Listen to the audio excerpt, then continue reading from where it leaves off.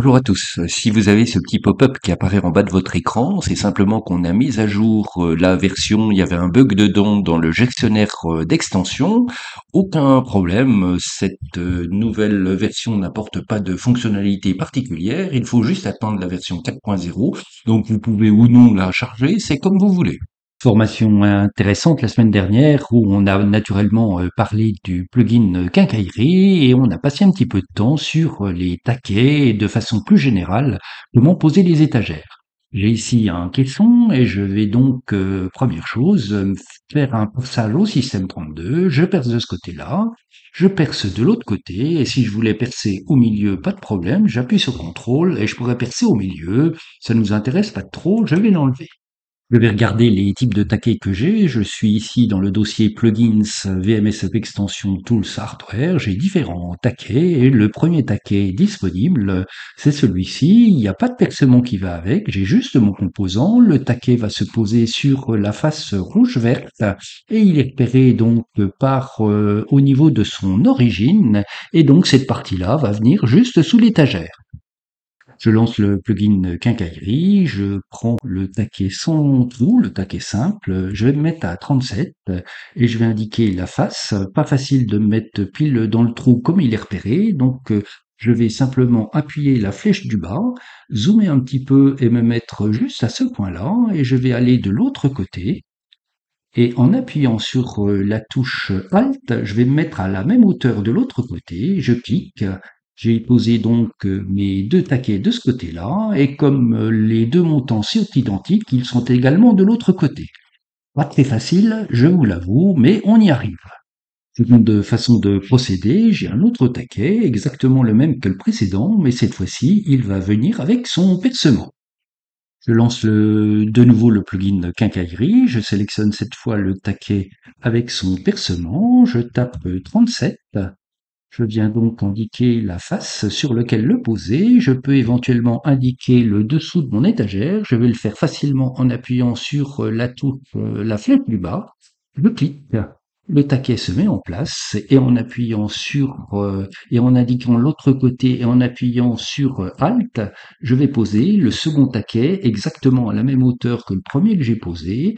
J'ai donc mes 4 taquets qui se sont posés. C'est un petit peu plus simple que la première solution. On va voir qu'il y a encore mieux à faire. Je suis toujours dans le dossier hardware et je vois à présent un composant qui s'appelle le taquet 5T. Si je clique dessus et que je regarde la structure, ce n'est pas un composant mais c'est un groupe. Et si j'édite ce groupe, j'ai bien mon taquet qui est là. Et ensuite des sommets, des arêtes et des faces qui représentent les 5 trous. Si c'est un groupe, ça veut dire que je vais indiquer une pièce et que le tout va se poser sur la pièce adjacente. Donc je vais indiquer l'étagère et le taquet et les percements vont venir sur les montants. Je relance de nouveau le plugin Quincaillerie, je sélectionne les taquets 5T, je reste à 0 pour l'instant. Je viens indiquer non pas le montant mais la face. Je suis sur la face de l'étagère, je vois l'arête de l'étagère. Je vais me positionner au niveau du point rouge, donc de ce côté-là. Taper 37, je valide 37 et tout de suite après je tape étoile 2 et je valide.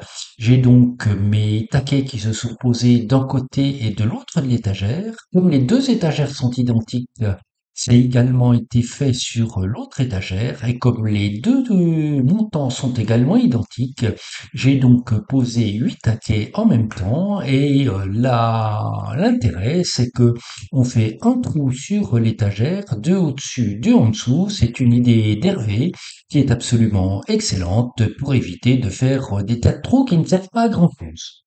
Une autre solution consiste à mettre des divarios. Pour cela, je vais éditer le groupe. Je vais masquer tout en là et il faut que je fasse une rainure arrêtée sur les étagères. Je lance donc le plugin Usine Infinitum. Je sélectionne rainure. La rainure doit faire 8 de large, donc il faut que j'ai une distance par rang de 6,5 si je veux qu'elle soit centrée. 10 de profondeur, 8 de large, c'est ce qu'il faut pour les 10 varios. Je clique à cet endroit-là, je lance l'usinage. Il faut, cela étant, avoir une rainure arrêtée. Donc, je vais faire un arrêt de la rainure. Donc, je vais mettre ici 20 millimètres.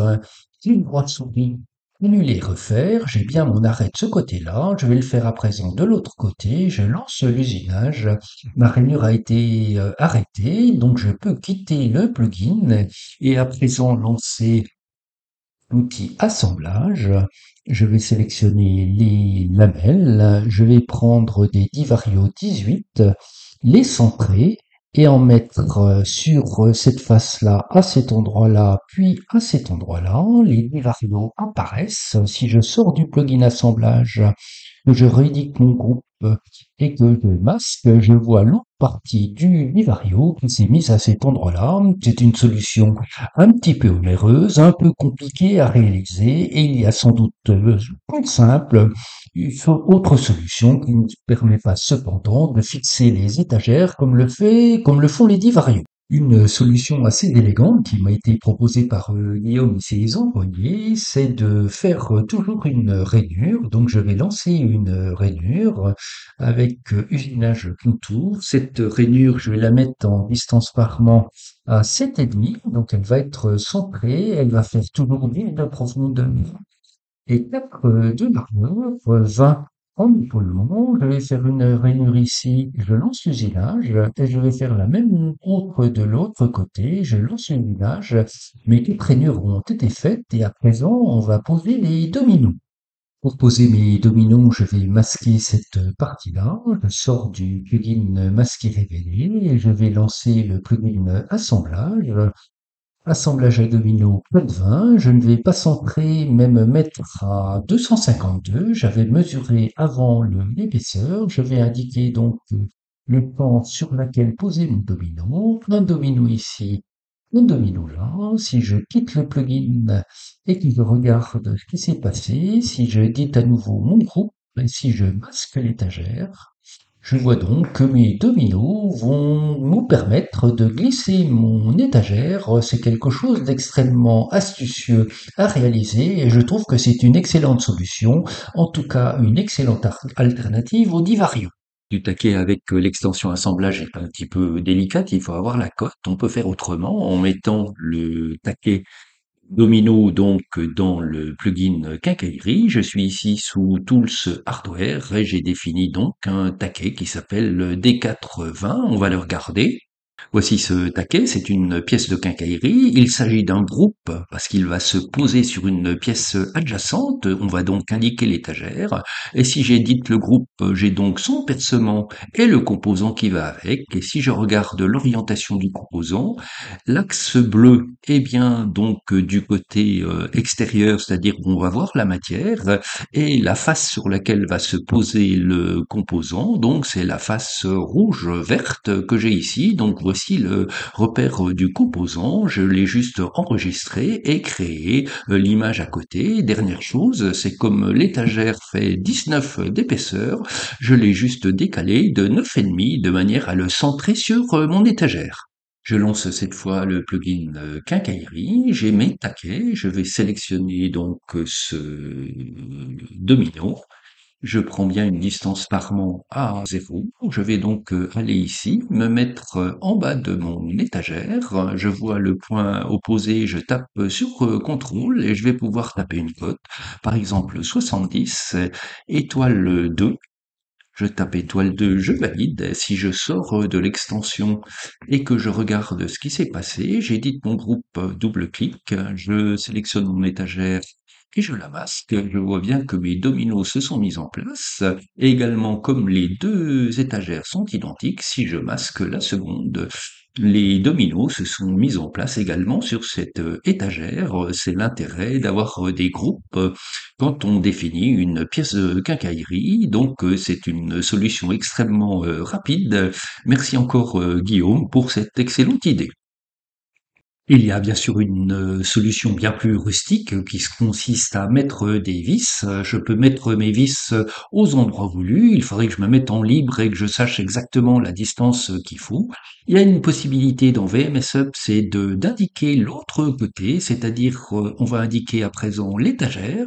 J'indique l'étagère et je vais me mettre à un certain endroit ici. Je vais faire étoile 2. Et si je regarde ce qui s'est passé, j'ai bien mes 4 vis qui sont mises en place de chaque côté. J'ai donc fixé mes étagères de façon solide. Je vous accorde que c'est pas trop à utiliser dans une cuisine, mais pour un caisson d'atelier, pourquoi pas.